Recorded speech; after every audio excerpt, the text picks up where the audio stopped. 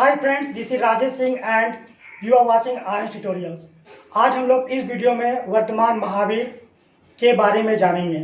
वर्तमान महावीर 24वें तीर्थंकर यानी एक महान शिक्षक थे। जैन धर्म के सिद्धांत और महावीर के बारे में तथ्य वेरियस कॉम्पिटिटिव एग्जाम्स के लिए इम्पोर्टेंट है, क्योंकि यह भारतीय प्राचीन इतिहास और भारतीय संस्कृति का एक महत्वपूर्ण हिस्सा है।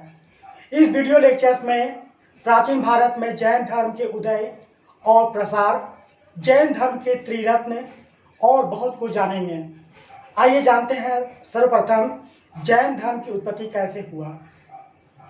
फ्रेंड्स, जैन धर्म अति प्राचीन धर्म है। कुछ परंपराओं के अनुसार यह वैदिक धर्म जितना पुराना है। जैन परंपरा में महान शिक्षकों या तीर्थंकरों का उत्तराधिकार है। 24वें तीर्थंकर थे वर्तमान महावीर। प्रथम तीर्थंकर ऋषभनाथ या ऋषभ देव माने जाते हैं। 23वें तीर्थंकर पार्श्वनाथ थे, जिनका जन्म वाराणसी में हुआ था।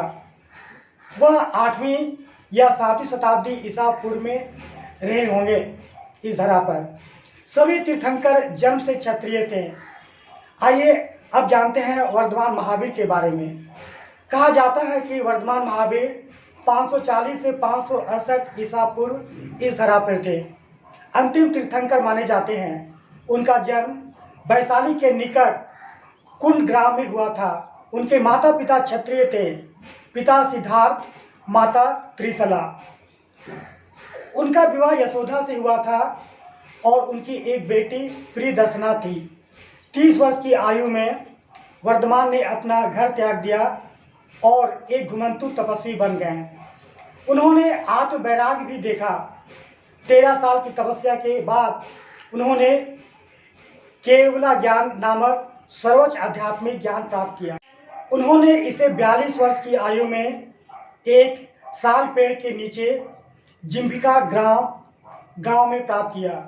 इसे केवल कहा जाता है। तत्पश्चात उन्हें महावीर, जितेंद्रिय, निग्रंथ और केवलिन कहा जाता था। उन्होंने 30 वर्षों तक अपनी शिक्षाओं का प्रचार किया और 72 वर्ष की आयु में पावा यानी कि राजगृह के पास में उनकी मृत्यु हुई। जैन धर्म के उदय के कारण वैदिक धर्म अत्यधिक कर्मकांड बन गया था। जैन धर्म को पाली में पढ़ाया जाता था और प्राकृत संस्कृत की तुलना में आम आदमी के लिए अधिक सुलभ था। यह सभी जातियों के लोगों के लिए सुलभ था। वर्ण व्यवस्था कठोर हो गई थी और निचली जातियों के लोग दयनीय जीवन व्यतीत करने लगे थे। जैन धर्म ने उन्हें एक सम्मानजनक स्थान प्रदान किया। महावीर की मृत्यु के लगभग 200 साल बाद गंगा घाटी में एक बड़े अकाल ने चंद्रगुप्त मौर्य और भद्रबाहु को कर्नाटक में प्रवास करने के लिए प्रेरित किया। उसके बाद जैन धर्म दक्षिणी भारत में फैल गया। जैन धर्म की शिक्षाएं, एजुकेशन। महावीर ने वैदिक सिद्धांतों को खारिज कर दिया। वह ईश्वर के अस्तित्व में विश्वास नहीं करते थे।